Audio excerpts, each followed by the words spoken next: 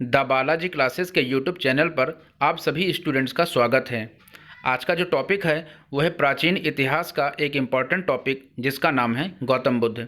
आज बुद्ध पूर्णिमा है और आप सभी स्टूडेंट्स को बुद्ध पूर्णिमा की हार्दिक शुभकामनाएं। आज की इस वीडियो में मैंने गौतम बुद्ध से रिलेटेड जितने भी फैक्ट हो सकते हैं वो सभी फैक्ट इस टॉपिक में रखे हुए हैं। अगर आप इस पूरी वीडियो को देख लेते हैं तो आप किसी भी एग्ज़ाम को अगर देंगे, चाहे वो एसएससी हो, रेलवे हो, यानी यूपी पीसीएस का या बिहार पीसीएस का, कोई भी एग्ज़ाम हो, स्टेट पीसीएस का या कोई भी गवर्नमेंट एग्ज़ाम हो जहाँ पर इतिहास आती है, तो इस वीडियो को देखने के बाद आप हर एक एग्ज़ाम में इस टॉपिक से रिलेटेड सभी क्वेश्चन करके आएंगे। वीडियो स्टार्ट करते हैं। चैनल पर अगर नए हैं तो अभी सब्सक्राइब कर लें, बेल आइकन दबा दें जिससे रिलेटेड इन्फॉर्मेशन आपसे मिस ना हो पाए। आप पहले वीडियो को देखिए, अगर आपको वीडियो पसंद आती है तो लाइक करना मत भूलिएगा। वीडियो स्टार्ट करते हैं। सबसे पहले आप यहाँ पर देख रहे हैं कि ये जो चित्र है वो महात्मा गौतम बुद्ध का चित्र है। तो इनसे रिलेटेड जितने फैक्ट हैं हम उसको देखते हैं।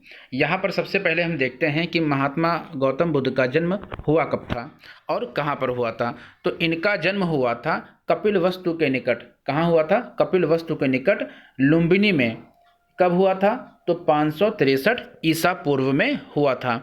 अगर आप ईसवी और ईसा पूर्व में कंफ्यूज हैं तो आपको मैं बता दूं, जो जीसस का जन्म माना जाता है 0 और उसके पहले के यानी उसके पिछले यानी उसके पीछे का जो समय है उसे बोलते हैं ईसा पूर्व। क्या बोलते हैं उसे? ईसा पूर्व बोलते हैं।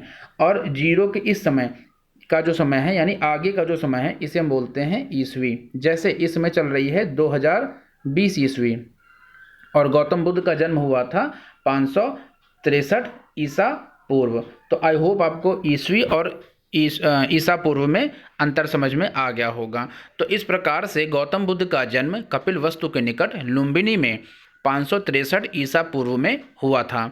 इनके पिता का नाम था शुद्धोदन और ये शाक्यगढ़ के, कहाँ के? शाक्यगढ़ के प्रधान थे।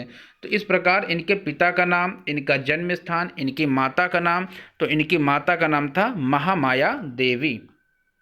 क्या नाम था इनकी माता का नाम? माया देवी या महामाया भी इन्हें कहते हैं।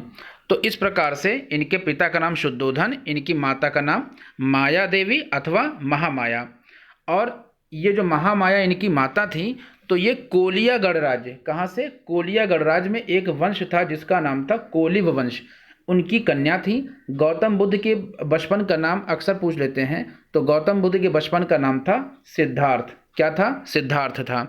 इनके जन्म के कुछ दिन के बाद ही इनकी माता का देहांत हो गया था। इनकी माता चूंकि चली गई थी अपने घर और रास्ते में ही जो गौतम बुद्ध थे इनका जन्म हुआ और इनके जन्म के 7 दिन बाद ही इनकी माता का देहांत हो गया था। तो इसके बाद हम देखते हैं, तो आखिर जब इनकी माता का देहांत हो गया तो इनकी मौसी थी जिनका नाम था प्रजापति गौतमी। इनकी मौसी का नाम था प्रजापति गौतमी। तो इन्होंने ही महात्मा गौतम बुद्ध का लालन पालन किया, इनका पालन पोषण किया और इनका विवाह 16 वर्ष की अल्प आयु में शाक्य कुल की कन्या यशोधरा के साथ कर दिया। तो इस प्रकार से आपको बहुत सारी चीज़ दिखाई पड़ेगी। गौतम बुद्ध के बचपन का नाम क्या था, इनकी माता का नाम क्या था, इनकी मौसी का नाम क्या था, इनके पिता का क्या नाम था, ये किस गणराज्य से संबंधित थे, किस कुल के थे, ये सारी बातें आपको इसमें समझ में आई होंगी। अब आगे बढ़ते हैं, हम लोग आगे बढ़ते हैं। तो इनका जो विवाह हुआ था वो किससे हुआ था? इनकी जो पत्नी थी इनका नाम था यशोधरा। इनकी पत्नी का क्या नाम था? यशोधरा।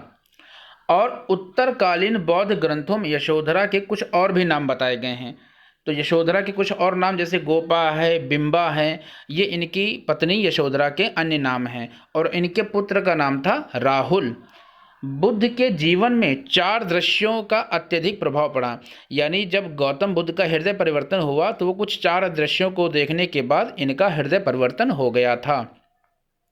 तो वह 4 दृश्य क्या थे? एक तो इन्होंने बूढ़े व्यक्ति यानी वृद्ध व्यक्ति को देखा, एक बीमार व्यक्ति को देखा, एक मृतक या मरे हुए व्यक्ति को या शव को देखा और एक प्रसन्नचित्त सन्यासी को देखा। तो इस प्रकार से ये जो 4 जो दृश्य थे इसने इनके हृदय में एक अत्यधिक परिवर्तन उत्पन्न कर दिया। सिद्धार्थ ने पत्नी एवं बच्चों को सोते हुए ही अपना ग्रह त्याग दिया था। और अपना ग्रह त्यागने के बाद इन्होंने क्या किया था कि 29 वर्ष की आयु में अपना ग्रह त्याग किया था। यानी इन्होंने ग्रह त्याग कब किया था? तो 29 वर्ष की आयु में ग्रह त्याग कर दिया था। और जो बौद्ध ग्रंथ हैं इनके ग्रह त्यागने को ही महाभिनिष्क्रमण कहते हैं। क्या कहते हैं इनके ग्रह त्यागने को? इनके ग्रह के त्यागने की स्थिति को हम महाभिनिष्क्रमण कहते हैं। सांख्य दर्शन के एक आचार्य थे जिनका नाम था आलाद कलाम। यहाँ पर औलाद लिखा है, नाम है इनका आलाद कलाम। ये वैशाली के समीप, क्या था ये वैशाली के समीप ही गौतम बुद्ध की आलाद कलाम से मुलाकात हुई। और सिद्धार्थ राजगृह के समीप, यानी यहाँ से आलाद कलाम से मिलने के बाद यह राजगृह के समीप निवास करने लगे, राजगृह के समीप निवास करने लगे। और रुद्रराम पुत्र नामक एक, ये पुत्र नहीं है, रुद्रराम नामक एक दूसरे धर्म के आचार्य के पास पहुँचे। इसके पश्चात सिद्धार्थ उरुवेला कहाँ पर? जो बोध गया है बिहार में, वहाँ पर उरुवेला, वहाँ पर पहुँचे। और इन्होंने क्या किया? 6 साल तक, 6 वर्षों तक कठिन तपस्या की। और 35 वर्ष की आयु में यानी 35 वर्ष की जब अवस्था हो गई तो वैशाख पूर्णिमा की रात्रि को एक पीपल के पेड़ के नीचे इन्हें ज्ञान की प्राप्ति हो गई। तो आई होप ये आपको यहाँ तक की सारी बातें समझ में आ गई होंगी। तो मैंने आपको बताया कि इनके पिता का क्या नाम था, इनकी माता का क्या नाम था, इनका जन्म कब हुआ था, ये सारे फैक्ट आपको याद रखने हैं। उसके बाद इन्होंने कहाँ पर निवास किया, यानी 16 वर्ष की आयु में इनका विवाह हुआ। 29 वर्ष की आयु में इन्होंने ग्रह त्याग कर दिया। ग्रह त्यागने की स्थिति को महाभिनिष्क्रमण कहते हैं। और 29 साल की अवस्था में जब इन्होंने घर को त्यागा तो 6 साल और उसमें जोड़ दें तो हो गया 35 साल। और 35 साल की अवस्था में प्रश्न बनता है कि कब इनको कहाँ पर ज्ञान प्राप्त हुआ था? तो वैशाख की पूर्णिमा थी और रात्रि का समय यानी रात का समय था और पीपल के पेड़ के नीचे गौतम बुद्ध को ज्ञान की प्राप्ति हो गई थी। इसके बाद इन्हें क्या कहा गया? ज्ञान की प्राप्ति के बाद ही इन्हें बुद्ध कहा या ये बुद्ध कहलाए। तो बुद्ध का एक अन्य नाम तथागत, इनका एक अन्य नाम था तथागत। तथागत का मतलब क्या होता है? तो तथागत का मतलब होता है जिसका अर्थ है सत्य, जिसका अर्थ है सत्य। तो इस प्रकार से तथागत गौतम बुद्ध का एक अन्य नाम है। तो जिसका अर्थ है सत्य, ज्ञान है जिसका, सत्य है ज्ञान जिसका। तो शाह के कुल में जन्म लेने के कारण, यहाँ शाह लिखा है जबकि होना चाहिए शाक के, ये लिखावट की टाइपिंग की मिस्टेक है। तो इस यहाँ पर क्या हो जाएगा? यहाँ पर आप देखेंगे कि इसको यहाँ पर लिखेंगे शाक्य। क्या लिखेंगे? शाक्य। तो शाह के कुल में जन्म लेने के कारण गौतम बुद्ध को शाक्य मुनि भी कहा जाता था। और ज्ञान की प्राप्ति के पश्चात गौतम बुद्ध ने अपना मत का प्रचार प्रारंभ कर दिया। यानी जैसे ही इन्हें ज्ञान प्राप्त हुआ इन्होंने अपने विचारों को फैलाना शुरू कर दिया। और उरुवेला से ही सबसे पहले ऋषिपत्तनम, वर्तमान में जो कि सारनाथ है और वाराणसी में, तो उरुवेला से सबसे पहले ऋषिपत्तनम, वर्तमान में जो सारनाथ और वाराणसी में ये पहुँचे। और यहाँ उन्होंने 5 ब्राह्मण सन्यासियों को, कितने सन्यासियों को? 5 ब्राह्मण सन्यासियों को अपना सबसे पहला उपदेश दिया। और इनका जो प्रथम उपदेश है इसे हम कहते हैं धर्मचक्र परिवर्तन। तो यहाँ पर 2 प्रश्न बनते हैं कि महाभिनिष्क्रमण क्या है, महाभिनिष्क्रमण क्या है और धर्मचक्र परिवर्तन क्या है। तो धर्मचक्र परिवर्तन क्या है? जो 5 ब्राह्मण सन्यासियों को इन्होंने प्रथम उपदेश दिया तो इनका प्रथम उपदेश धर्मचक्र परिवर्तन कहलाता है। और 29 वर्ष की आयु में इन्होंने ग्रह त्याग कर दिया तो इस अवस्था को कहते हैं हम महाभिनिष्क्रमण। इस प्रकार आपको ये सारे फैक्ट क्लियर हो गए होंगे। अब यहाँ पर एक इम्पॉर्टेंट फैक्ट आता है जो कि हर एक एग्ज़ाम के पॉइंट ऑफ व्यू से बहुत इंपॉर्टेंट है। तो वो क्या है आप इसको यहाँ पर देख लें। यहाँ पर आप एक तरफ देख रहे हैं लिखा है घटना, एक तरफ लिखा है प्रतीक। यानी किस घटना का प्रतीक क्या है? तो जैसे जन्म का प्रतीक है कमल एवं सांड, ग्रह त्यागने का जो प्रतीक है उसे बोलते हैं घोड़ा, ज्ञान की प्राप्ति हुई पीपल के नीचे, तो ज्ञान की जो घटना थी वो थी पीपल। और निर्वाण, निर्वाण का मतलब क्या हो गया? पद चिन्ह है। इसे कैसे याद रखेंगे? तो इसे याद ऐसे रखेंगे कि जन्म मान लीजिए इनका कमल में हुआ और घर छोड़ते समय इन्होंने घोड़ा किया होगा। जब इन्हें ज्ञान प्राप्त हो गया तो ज्ञान इन्हें पीपल के पेड़ के नीचे प्राप्त हो गया था, और जब निर्वाण हो गया तो ये अपने पद चिन्ह छोड़ के चले गए। इस प्रकार से इन सभी चीज़ों को आप याद रख सकते हैं, और एग्ज़ाम पॉइंट ऑफ व्यू से ये सभी बातें इंपॉर्टेंट हैं। आगे बढ़ते हैं।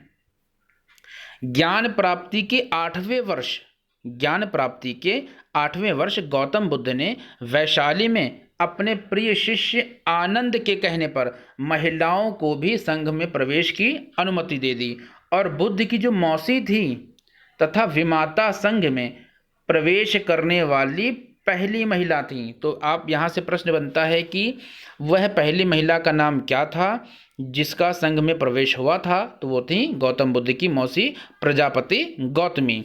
इसके बाद हम बात करते हैं देवदत्त, जो बुद्ध का क्या था? एक चचेरा भाई था। यह पहले तो उनका अनुगत था, अनुगत मतलब उनका अनुसरण कर रहा था, उनका फॉलोवर था। बाद में यही इनका विरोधी बन गया, यही बन गया विरोधी। और वह बौद्ध संघ से बुद्ध को हटाकर स्वयं खुद संघ का प्रधान बनना चाहता था, किंतु इसमें इसे सफलता मिली नहीं। बौद्ध धर्म का सर्वाधिक प्रचार कहाँ हुआ था? तो कौशल राज में सर्वाधिक प्रचार हुआ था। यहाँ इन्होंने 21 वास किए। कितने वास किए? 21। कौशल नरेश थे जिनका नाम था प्रसेनजित। प्रसेनजित ने अपने परिवार के साथ में बुद्ध की जो शिक्षाएं थी उनको ग्रहण किया, तथा संघ के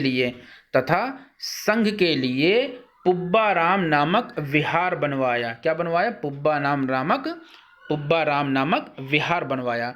बुद्ध ने अपने जीवन की अंतिम वर्षा ऋतु वैशाली में बिताई थी। बुद्ध ने अपने जीवन की अंतिम वर्षा ऋतु कहाँ बिताई थी? वैशाली में बिताई। अपने मत का प्रचार करते हुए मंडलों की राजधानी पावा पहुँचे। कहाँ पहुँचे? मंडलों की राजधानी पावा पहुँचे। और जहाँ चुंद नामक लोहार की एक आम्र वाटिका थी, उसमें जाकर के ये ठहरे। उसने बुद्ध को सुकर मद्दव खाने को दिया। अब प्रश्न बनता है कि सुकर मद्दव होता क्या है? तो सुकर मद्दव का बहुत जगह मतलब बताया है सुअर का मांस, लेकिन सुअर का मांस नहीं होता है, ये एक प्रकार का पौधा होता है, सुअर के मांस की तरह यह मुलायम होता है। तो उसको खाने को दिया और इससे इन्हें रक्तातिसार हो गया, यानी ये बीमार हो गए। और फिर यह पावा में कुशीनारा चले गए। पावा से कहाँ चले गए? पावा से कुशीनारा चले गए, और यहीं पर सुभद्र को अपना अंतिम उपदेश दिया। तो यहाँ पर प्रश्न बनता है कि पहला उपदेश किसको दिया? तो पहला उपदेश दिया 5 ब्राह्मणों को, अंतिम उपदेश दिया सुभद्र को।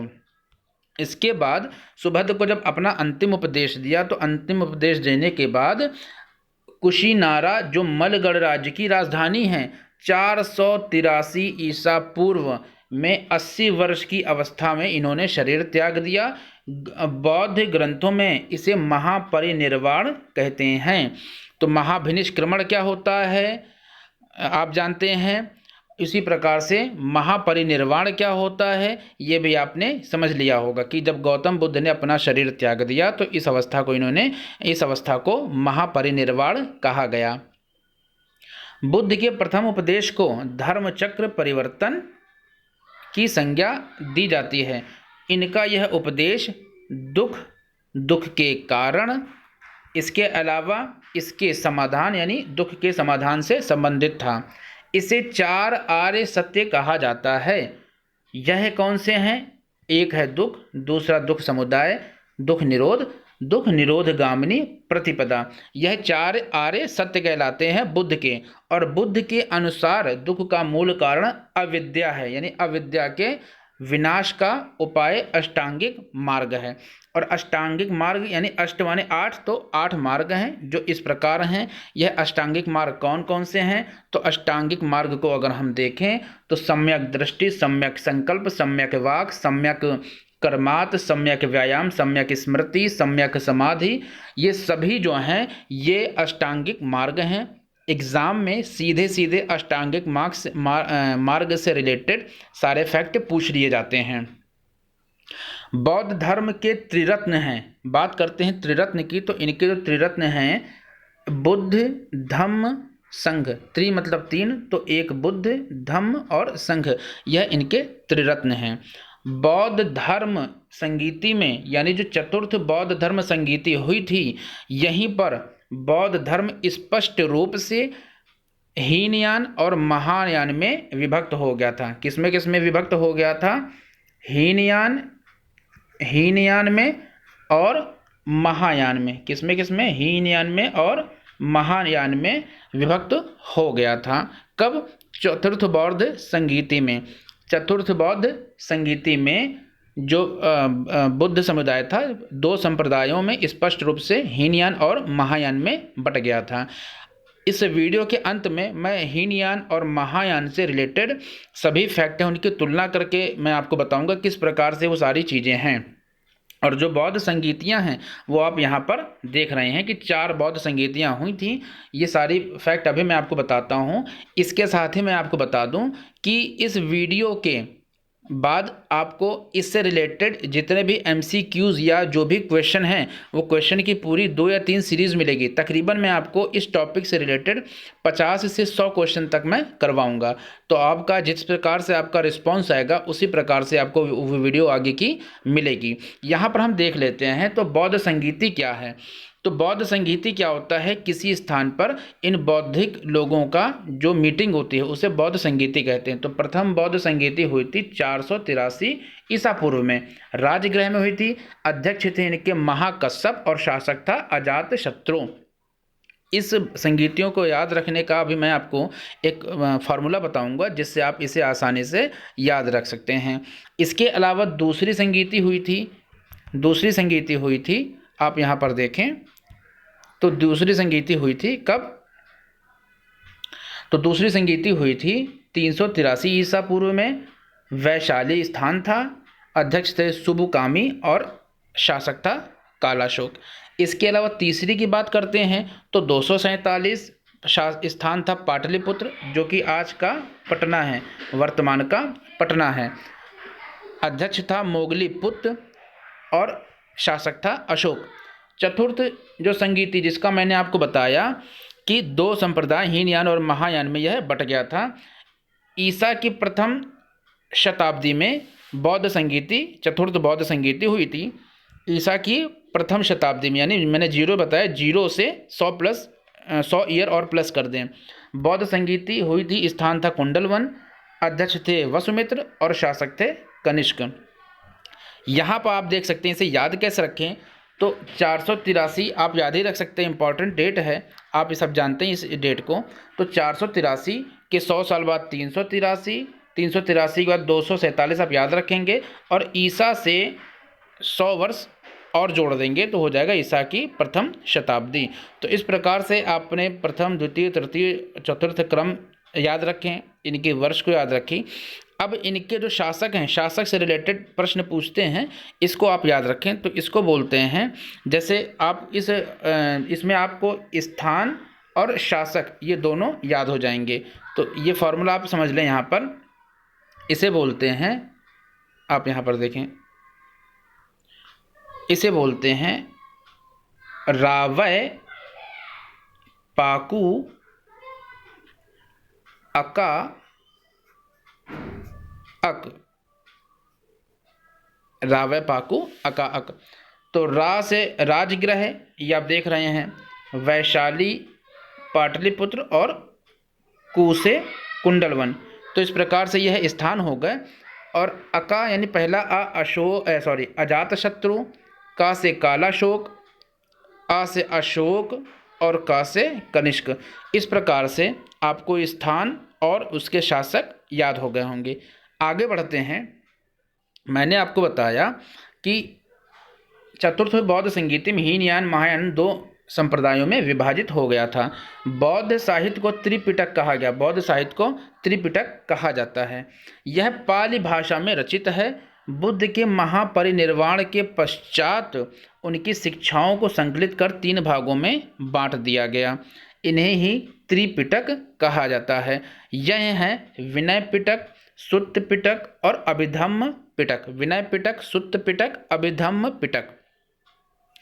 विनय पिटक में संघ संबंधी जो भी नियम हैं, उनके दैनिक जीवन संबंधी कार्य हैं, आचार विचार हैं, विधि निषेधों आदि का संग्रह है। सुत्त पिटक में बौद्ध धर्म के सिद्धांत हैं, उपदेश हैं। अभिधम्म पिटक में बौद्ध धर्म के दार्शनिक सिद्धांतों का संग्रह मिलता है। बौद्धों का वह धर्म ग्रंथ जिसमें बौद्ध गौतम बुद्ध के पूर्व जन्म की कथाएं संकलित हैं, जातक कहलाती हैं। यानी गौतम बुद्ध के जो पूर्व जन्म की कथाएं हैं उन्हें जातक कहा जाता है। इसके अलावा कुछ फैक्ट और हैं, जैसे यहाँ पर देख लेते हैं। यहाँ से सीधे सीधे एग्जाम में पूछा जा सकता है। यहाँ पर आप देख रहे हैं लिखा है ग्रंथ और यहाँ पर रचनाकार। तो यहाँ पर आप देखेंगे ग्रंथ और रचनाकार। तो यहाँ पर देखेंगे जो मिलिंद पन्हो हैं उन्होंने लिखी थी नागसेन। मिलिंद पन्हो ने लिखी थी नागसेन। बुद्धचरित, सौदरानंद, शारिपुत्र प्रकरण, ये जो ग्रंथ थी इसको लिखा था अश्व घोष ने। माध्यमिक कारिका, ये इंपॉर्टेंट है, इसको लिखा था नागार्जुन ने। विशुद्धि मग्ग, इसको लिखा था बुद्ध घोष ने। और अभिधम्म कोश, इसको लिखा था वसुबंधु ने। तो इन सभी बातों को आप याद रखिएगा। आगे बढ़ते हैं। आचार विचारों विधि निवेशों, मैंने आपको बता दिया कि इसका संबंध किससे था, विनय पिटक से। सुत्त पिटक क्या था, ये बौद्ध धर्म के सिद्धांतोपदेशों का संग्रह था इसमें। और अभिधम्म पिटक में बौद्ध धर्म के दार्शनिक सिद्धांतों का संग्रह मिलता है। और बुद्ध के पूर्व जन्म की जो कथाएं हैं वो उसको हम बोलते हैं जातक। इस प्रकार से आगे बढ़ते हैं। और ये जो जातक कथा है, प्रश्न बनता है किस भाषा में लिखा है, तो यह लिखा है पाली भाषा में। बुद्ध की भूमि स्पर्श मुद्रा से तात्पर्य अपने तक ही शुचिता और निरंतरता। बुद्ध की भूमि स्पर्श मुद्रा से तात्पर्य अपने तक की शुचिता निरंतरता को बनाए रखना। यानी भूमि पर जो बुद्ध की जो लेटी हुई प्रतिमा है उसका मतलब है कि अपनी शुचिता को और निरंतरता को बनाए रखना। बुद्ध की जो स्पर्श मुद्रा है, भूमि स्पर्श मुद्रा है कि सारनाथ की बुद्ध की मूर्ति ये कब की है, तो ये गुप्तकालीन मूर्ति है। तो यह प्रश्न बनता है कि भूमि स्पर्श मुद्रा की सारनाथ की बुद्ध की मूर्ति किस काल से है, तो उसका संबंध गुप्त काल से है। प्राचीन काल में बौद्ध शिक्षा के 3 प्रमुख केंद्र थे। पहला है नालंदा, दूसरा है अवध है और तीसरा है विक्रमशिला। तो इन सभी फैक्ट को आप याद रखेंगे। आगे बढ़ते हैं। आगे आपको मैंने बताया कि जो महायान, नालंदा महायान बौद्ध धर्म का था और जो वल्लभी था वो हीनयान बौद्ध धर्म की शिक्षा का प्रमुख केंद्र था। तो नालंदा कहाँ की शिक्षा का प्रमुख केंद्र था, तो नालंदा महायान बौद्ध धर्म की शिक्षा का प्रमुख केंद्र था। और जो हीनयान था वो वल्लभी की शिक्षा का प्रमुख केंद्र था। विक्रमशिला महाविहार की स्थापना पाल नरेश धर्मपाल ने की थी। किसने की थी? महाविहार की स्थापना धर्मपाल ने की थी। और पूर्ण विराम यहाँ ये कुछ गलत लिख दिया है, उसने यहाँ मंदिर तथा मठ भी बनवाए थे। किसने? धर्मपाल ने यहाँ पर मंदिर भी बनवाए थे और मठ भी बनवाए थे। 5वीं शताब्दी के मध्य गुप्तों के समय में नालंदा विश्वविद्यालय अस्तित्व में आया। कब आया था? मध्य गुप्तों के समय नालंदा विश्वविद्यालय अस्तित्व में आया था। सर्वप्रथम कुमारगुप्त प्रथम ने नालंदा बौद्ध विहार को दान दिया। सबसे पहले नालंदा बौद्ध विहार को किसने दान दिया? तो कुमारगुप्त ने दिया। और बाद में अन्य जो गुप्त शासक थे, जैसे बुद्धगुप्त, तथागत गुप्त, यानी जो आने वाले जितने भी गुप्त थे इन्होंने, और बाद में आदित्य नामक गुप्त शासकों ने इस विहार को दान दिए। नालंदा महाविहार बौद्ध अध्ययन का आधुनिक केंद्र है, जिसे बिहार सरकार ने 1951 में नालंदा में स्थापित किया था। सर्वप्रथम स्तूप शब्द का, तो इंपॉर्टेंट फैक्ट यहाँ से बनता है, इंपॉर्टेंट क्वेश्चन बनता है कि सर्वप्रथम स्तूप शब्द का जो वर्णन है वो ऋग्वेद में प्राप्त होता है। इसके अतिरिक्त अथर्ववेद और ब्राह्मण ग्रंथों से भी स्तूप शब्द का संबंध मिलता है, इसकी जानकारी हमें मिलती है। बात करते हैं स्तूप शब्द का शाब्दिक अर्थ क्या होता है, तो इसका अर्थ होता है वस्तु का ढेर। इन स्तूपों में बुद्ध अथवा उनके प्रमुख शिष्यों के धातु रखी जाती हैं। अतः बौद्धों की जो श्रद्धा और उपासना का यह प्रमुख केंद्र बन गया था। इस प्रकार से स्तूप के 4 भेद हैं। स्तूप के कितने भेद हैं? 4। शारीरिक स्तूप, पारिवारिक स्तूप, उद्देशिका स्तूप, पूजार्थक स्तूप। गौतम बुद्ध को एशिया के ज्योतिपुंज के रूप में जाना जाता है। तो ये इंपॉर्टेंट क्वेश्चन यहाँ से बनता है कि गौतम बुद्ध को एशिया के ज्योतिपुंज के रूप में जाना जाता है। गौतम बुद्ध के जीवन पर एडविन अर्नाल्ड ने लाइट ऑफ एशिया नामक काव्य पुस्तक की रचना की थी। किसकी रचना की थी? लाइट ऑफ एशिया की। किसने की थी? एडविन अर्नाल्ड ने। ये सभी फैक्ट आप सीधे सीधे आपसे एग्जाम में पूछे जाएंगे। महापरिनिर्वाण मंदिर उत्तर प्रदेश के कुशीनगर जिले में स्थित है। मंदिर में स्थित भगवान बुद्ध की जो मूर्ति है, मंदिर में स्थित भगवान बुद्ध की मूर्ति 1876 ईस्वी में उत्खनन के द्वारा प्राप्त की गई थी। इस मंदिर में भगवान बुद्ध की 6.10 मीटर ऊंची मूर्ति लेटी हुई मुद्रा में रखी है। यह मूर्ति उस काल को दर्शाती है जब 80 वर्ष की आयु में भगवान बुद्ध ने अपने पार्थिव शरीर को छोड़ दिया और मृत्यु के बंधन से मुक्त हो गए, अर्थात इन्होंने निर्वाण की प्राप्ति कर ली थी। तो इस प्रकार से सभी फैक्ट आपको समझ में आ गए। अब मैंने आपसे कहा था कि मैं आपको हीनयान और महायान से रिलेटेड हर एक फैक्ट भी बताऊंगा, तो इनमें क्या अंतर होता है आप समझे। हीन को बोलते हैं निम्न और महा को बोलते हैं आगे का, यानी जो थोड़ा महान टाइप का हो। तो हीनयान का शाब्दिक अर्थ है निम्न मार्ग। क्या अर्थ है हीनयान का? निम्न मार्ग। और जो महायान का अर्थ है उत्कृष्ट मार्ग। इसमें यानी हीनयान में महात्मा बुद्ध को एक महापुरुष बताया गया और हीनयान में महापुरुष बताया गया है गौतम बुद्ध को, और जबकि महायान में इसे देवता यानी बुद्ध को देवता माना जाता है। यह जो हीनयान है यह व्यक्तिवादी धर्म है। इसके अनुसार प्रत्येक व्यक्ति को अपने प्रयत्नों से ही मोक्ष की प्राप्ति होती है, जबकि इसमें परोपकार एवं परसेवा पर, यानी महायान में परोपकार और परसेवा यानी दूसरों की जो सेवा होती है उस पर बल दिया गया है। इसका उद्देश्य समस्त मानव जाति का कल्याण है। यह मूर्ति पूजा एवं भक्ति में विश्वास नहीं करती। हीनयान जो है वह मूर्ति पूजा में और भक्ति में विश्वास हीनयान नहीं करता है, किंतु जो महायान है वह आत्मा एवं पुनर्जन्म में विश्वास करता है। इसके अलावा जो हीनयान है इसमें साधन पद्धति अत्यंत कठोर है। भिक्षु जीवन का यह समर्थन करता है हीनयान संप्रदाय, किंतु महायान जो संप्रदाय है वह इनके सिद्धांत सरल हैं, सर्वसाधारण के लिए सुलभ हैं। इसमें भिक्षु के साथ साथ सामान्य जो उपासकों को भी महत्व दिया गया है। इसके अलावा बात करते हैं तो इसके अलावा जो हीनयान है इसका आदर्श अरहत पद को प्राप्त होता है और इसका आदर्श क्या है? बोधिसत्व है। जबकि हीनयान संप्रदाय वैभाषिक है और सौतांत्रिक है, किंतु जो महायान संप्रदाय है वह क्या है? वह शून्यवाद यानी जो माध्यमिक जोगी नागार्जुन का विचार था, और विज्ञानवाद यानी योगाचार इसका प्रमुख संप्रदाय है।